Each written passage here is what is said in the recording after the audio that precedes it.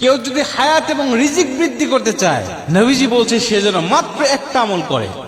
এই একটা আমল করার কারণে আল্লাহ পাক তার রিজিকের মধ্যেও বরকত দিবে, সম্পদের মধ্যে বরকত দিবে, হায়াতের মধ্যেও আল্লাহ পাক তাকে বরকত দিবে। বুখারীর বর্ণনায় হযরত আবু হুরায়রা রাদিয়াল্লাহু তাআলা হাদিসটা বর্ণনা করেছেন।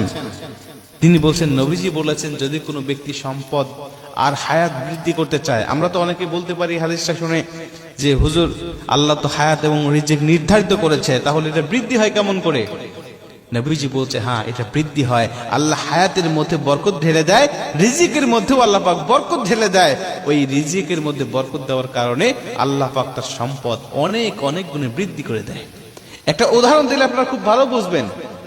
মনে করেন কোন একজন ব্যক্তি হালাল পথে 10,000 টাকা ইনকাম করে প্রতি মাসে।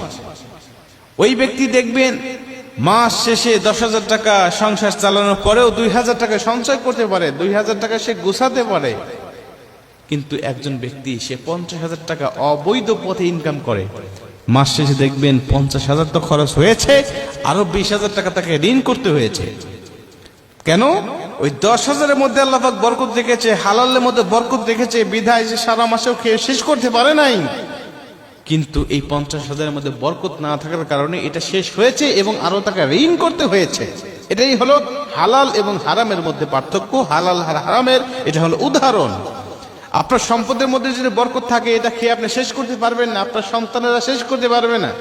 বরকত না থাকলে আপনাকে শেষ বয়সে ভিক্ষা করা লাগতে পারে।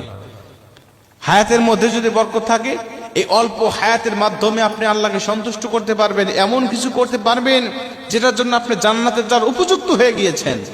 কিন্তু হায়াতের মধ্যে বরকত নাই, তাহলে দেখবেন যে এটা আপনি অল্প